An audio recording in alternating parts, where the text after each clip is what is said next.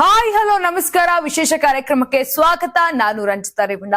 ಸಾವಿರಾರು ಕೋಟಿ ಸಂಪತ್ತು, ರೋಲ್ಸ್ ರಾಯ್ಸ್ ಕಾರುಗಳು, ಅಂತಾರಾಷ್ಟ್ರೀಯ ವ್ಯಾಪಾರ ಸಾಮ್ರಾಜ್ಯ, ಸಿನಿಮಾ, ರಾಜಕೀಯ, ರಿಯಾಲಿಟಿ ಶೋಗಳ ನೇರ ಸಂಪರ್ಕ. ಆದ್ರೆ ಇಂದು confident group chairman doctor CJ Roy ಆತ್ಮಹತ್ಯೆ. ಯಾಕೆ?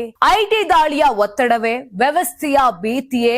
1 ಗಂಟೆ ವಿಚಾರಣೆ, 1 ರೂಮ್, 1 ಗುಂಡು, ಮುಗಿದಂತ ಒಂದು ಜೀವನ. ಹಾಗಾದ್ರೆ ಈ ಸಿಜೆ ರಾಯ್ ಯಾರು? ಎಷ್ಟು ಸಾವಿರ ಕೋಟಿಯ ಒಡೆಯ ಗೊತ್ತಾ? ನಿಜಕ್ಕೂ ಕೂಡ ಐಟಿ ದಾಳಿ ವೇಳೆ ಏನೆಲ್ಲ ನಡೀತು? ಕಾನ್ಫಿಡೆಂಟ್ ಗ್ರೂಪ್ ಅಂದ್ರೆ ಭರವಸೆ ಎಂದು ಹೆಸರಿಟ್ಟಂತ ಭರವಸೆಯನ್ನ ಕಳೆದುಕೊಂಡು ಇಂದು ಆತ್ಮಹತ್ಯೆಗೆ ಶರಣಾಗಿರುವ ರಾಯ್ ಬಗ್ಗೆ ನಿಮಗೆ ಗೊತ್ತಿಲ್ಲದ ಎಷ್ಟೋ ವಿಚಾರಗಳನ್ನ ಇವತ್ತಿನ ಸ್ಪೆಷಲ್ ರಿಪೋರ್ಟ್ ನಲ್ಲಿ ಹೇಳ್ತಾ ಹೋಗ್ತೀವಿ. ನೋಡ್ಕೊಂಡ್ ಬನ್ನಿ.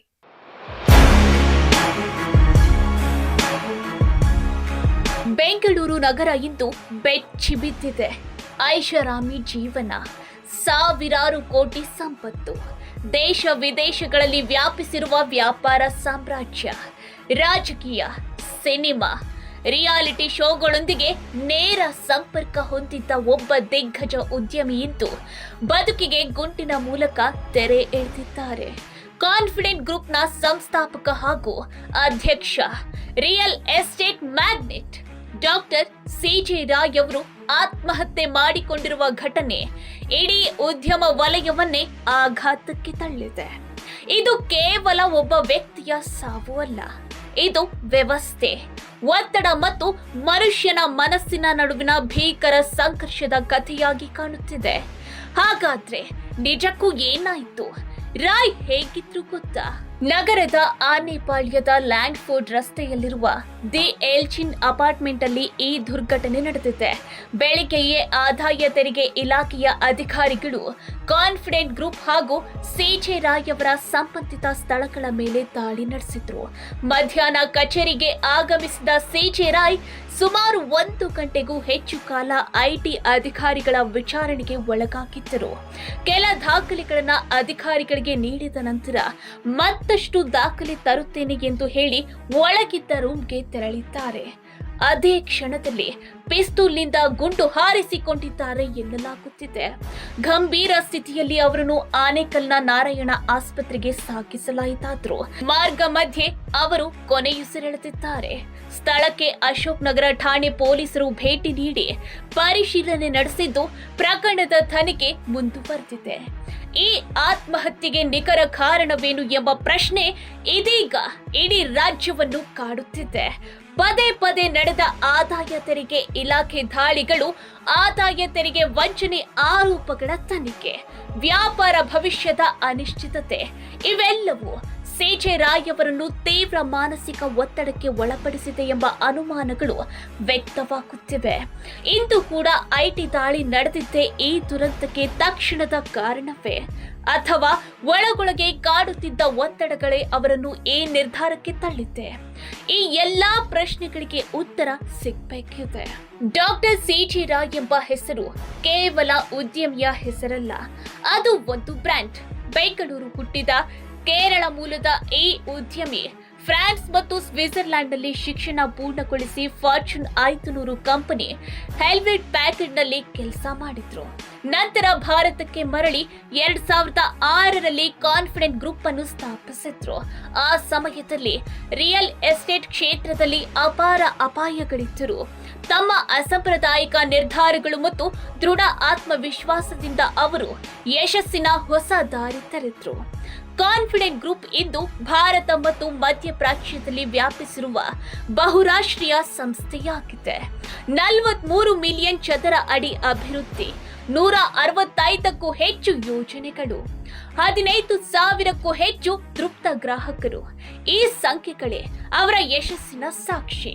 ರಿಯಲ್ ಎಸ್ಟೇಟ್ ಮಾತ್ರವಲ್ಲದೆ ಹೋಟೆಲ್, ರೆಸಾರ್ಟ್, ಶಿಕ್ಷಣ, ಗಾಲ್ಫ್ ಕೌಂಟಿ, ಚಿಲ್ಲರೆ ವ್ಯಾಪಾರ, ಅಂತಾರಾಷ್ಟ್ರೀಯ ಟ್ರೇಡ್ ಹಾಗೂ ಮನರಂಜನಾ ಕ್ಷೇತ್ರಗಳಲ್ಲೂ ಅವರು ಬಂಡವಾಳ ಹೂಡಿ ಯಶಸ್ವಿಯಾದ್ರು.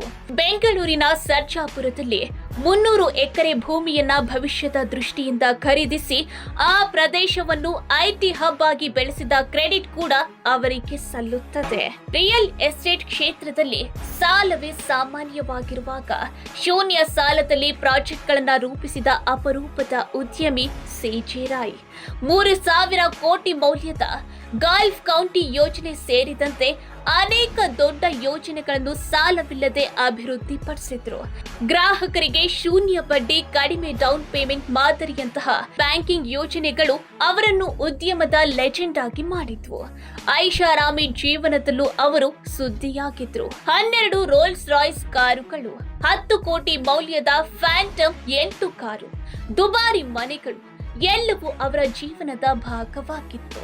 ಬಿಗ್ ಬಾಸ್ ವಿನ್ನರ್ಗಳಿಗೆ 50 ಲಕ್ಷ ಪ್ರಯೋಜನೆ, ಮಲಯಾಳಂ ಮತ್ತು ಕನ್ನಡ ಸಿನಿಮಾಗಳ ನಿರ್ಮಾಣ, ರಿಯಾಲಿಟಿ ಶೋಗಳ ಬೆಂಬಲ, ಅವರು ಕೈ ಹಾಕಿದ ಕ್ಷೇತ್ರಗಳೆಲ್ಲ ಯಶಸ್ಸು ಕಂಡಿದ್ವು.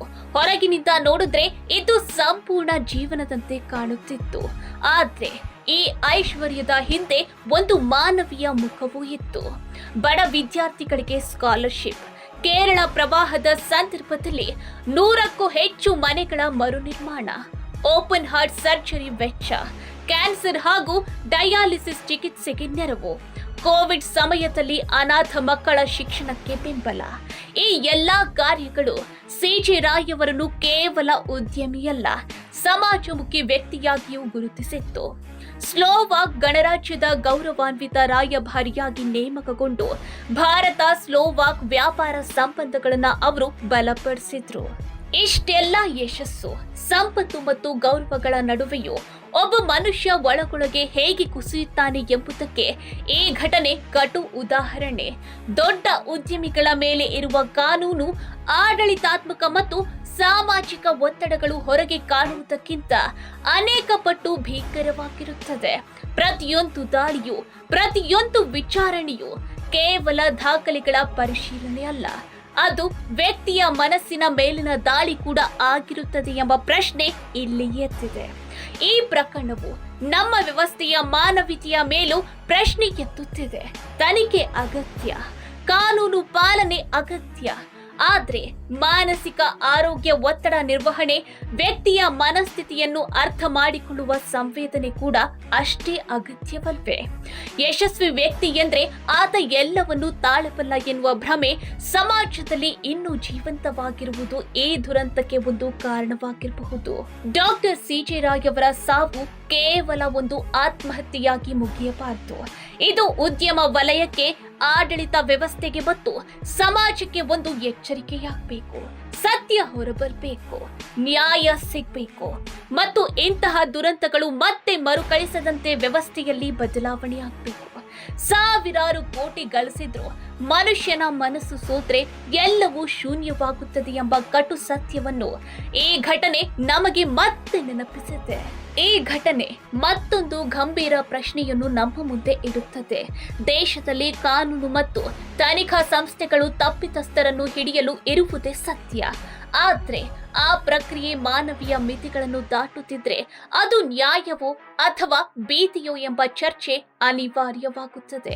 ಒಬ್ಬ ವ್ಯಕ್ತಿ ತಪ್ಪಿತಸ್ಥನಾಗಿರ್ಲಿ ಅಥವಾ ನಿರ್ದೋಷಿಯಾಗಿರ್ಲಿ, ತನಿಖೆಯ ಹೆಸರಿನಲ್ಲಿ ಮಾನಸಿಕವಾಗಿ ಒತ್ತಿ ಹಾಕುವ ವಾತಾವರಣ ನಿರ್ಮಾಣವಾದ್ರೆ ಅದರ ಪರಿಣಾಮ ಕೇವಲ ಆ ವ್ಯಕ್ತಿಯ ಮೇಲಲ್ಲ, ಕುಟುಂಬ, ಉದ್ಯೋಗಿಗಳು, ಸಾವಿರಾರು ಅವಲಂಬಿತರ ಮೇಲೂ ಬೀರುತ್ತದೆ. ಡಾಕ್ಟರ್ ಸಿಜೆ ರಾಯ್ ಅವರ ಆತ್ಮಹತ್ಯೆ ವ್ಯವಸ್ಥೆಯ ಶಕ್ತಿಯ ಮುಂದೆ ವ್ಯಕ್ತಿಯ ಅಸಹಾಯಕತೆಯನ್ನು ಅತ್ಯಂತ ಕ್ರೂರವಾಗಿ ಬಯಲಿಗೆ ತಂದಿದೆ. ಇಂದು ಸಿಜೆ ರಾಯ್ ಇಲ್ಲ, ಆದ್ರೆ ಅವರು ಕಟ್ಟಿದ ಸಾಮ್ರಾಜ್ಯ, ಅವರೊಂದಿಗೆ ಕನಸು ಕಂಡ ಸಾವಿರಾರು ಉದ್ಯೋಗಿಗಳು, ಮನೆ ಕಟ್ಟಿಸಿಕೊಂಡ ಗ್ರಾಹಕರು, ನೆರವು ಪಡೆದ ಬಡವರು, ಎಲ್ಲರ ಮನಸ್ಸಿನಲ್ಲಿ ಒಂದೇ ಪ್ರಶ್ನೆ ಉಳಿದಿದೆ.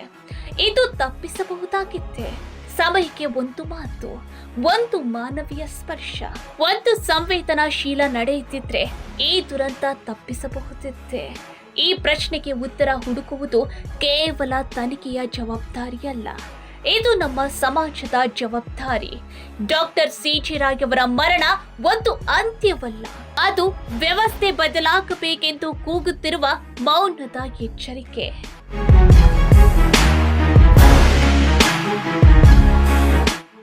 ಒಟ್ನಲ್ಲಿ ಸಾವಿರಾರು ಕೋಟಿಯ ಒಡೆಯನ ಅಂತ್ಯ ಈ ರೀತಿ ಆಗುತ್ತೆ ಅಂತ ಯಾರು ಕೂಡ ಭಾವಿಸಿರಲಿಲ್ಲ. ಇಂದು ಡಾಕ್ಟರ್ ಸಿ.ಜೆ. ರಾಯ್ ನಮ್ಮ ನಡುವೆ ಇಲ್ಲ, ಆದ್ರೆ ಅವರು ಬಿಟ್ಟು ಹೋದ ಪ್ರಶ್ನೆಗಳು ಇನ್ನೂ ಕೂಡ ಜೀವಂತವಾಗಿವೆ. ಇದು ಕೇವಲ ಒಂದು ಆತ್ಮಹತ್ಯೆಯ ಕಥೆಯಲ್ಲ, ಇದು ಒಬ್ಬ ವ್ಯಕ್ತಿ ವ್ಯವಸ್ಥೆಯ ಒತ್ತಡಕ್ಕೆ ಹೇಗೆ ಒಂಟಿಯಾಗಿ ನಿಂತ ಎಂಬ ಒಂದು ಕಥೆಯಾಗಿದೆ. ಸಾವಿರಾರು ಕೋಟಿ ಸಂಪತ್ತು ಇದ್ರೂ ಕೂಡ ಮನಸ್ಸಿಗೆ ಶಾಂತಿ ಇಲ್ಲದಿದ್ದರೆ ಆ ಯಶಸ್ಸಿಗೂ ಅರ್ಥವಿಲ್ಲ ಎನ್ನುವುದನ್ನ ಈ ದುರಂತ ನಮಗೆ ಕಠಿಣವಾಗಿ ನೆನಪು ಮಾಡುತ್ತೆ. ಸತ್ಯ ಹೊರಬರಬೇಕು, ನ್ಯಾಯ ಕೂಡ ಸಿಗ್ಬೇಕು ಮತ್ತು ಇಂತಹ ಅಂತ್ಯಗಳು ಮತ್ತೆ ಮರುಕಳಿಸದಂತೆ ವ್ಯವಸ್ಥೆ ಆತ್ಮ ಪರಿಶೀಲನೆ ಮಾಡಬೇಕು. ಈ ಘಟನೆ ಬಗ್ಗೆ ನೀವೇನಂತೀರಾ? ಕಮೆಂಟ್ ಮಾಡಿ. ನೀವು ಸಣ್ಣ ಆಗ್ಬೇಕಲ್ವಾ? ಅದು ಒಂದು ಉತ್ತಮ ಆಹಾರದಿಂದ ಸಣ್ಣ ಆಗ್ಬೇಕಲ್ವಾ? ಪ್ರತಿದಿನ ನಮ್ಮ ಜೀನಿ ಸ್ಲಿಮ್ ನ ಯೂಸ್ ಮಾಡಿ ಯಾವುದೇ ಸೈಡ್ ಎಫೆಕ್ಟ್ ಇಲ್ದಂಗೆ ನೀವು ಸಣ್ಣ ಆಗ್ತೀರಾ.